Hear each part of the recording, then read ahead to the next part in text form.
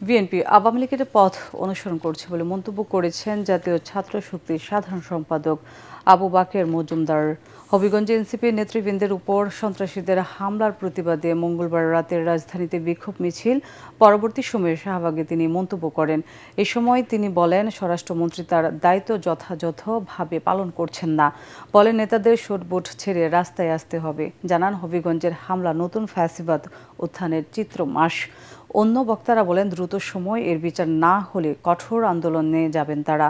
পরে নেতারা জানান, আজ সারা দেশে বিক্ষোভ মিছিল করবে এনসিপি। এর আগে জাতীয় নাগরিক পার্টির ঢাকা মহানগর উত্তর ও দক্ষিণের নেতাকর্মীরা বিক্ষোভ মিছিল শুরু করে বাংলা মোটর থেকে। রাত 10:30টায় বাংলা মোটর মোড় থেকে বিক্ষোভ মিছিল শুরু করে শাহবাগে গিয়ে তা শেষ হয়। বর্তমান সময়ের কাগুজে আওয়ামী লীগ, যে বিএনপির এখনো সাংগঠনিক মেরুদণ্ড শক্তিশালী হয়নি, সেই বিএনপি দেখছি যে সারা দেশে হামলা চালাচ্ছে। আমরা সন্ত্রাসী বিএনপিকে বলতে চাই, আওয়ামী লীগের ফ্যাসিবাদী কায়দা যদি দেশ পরিচালনা করতে চান, আওয়ামী লীগ যেভাবে এই দেশ থেকে বিতাড়িত হয়েছে, আপনারাও সেই একইভাবে এই দেশ থেকে বিতাড়িত হবে।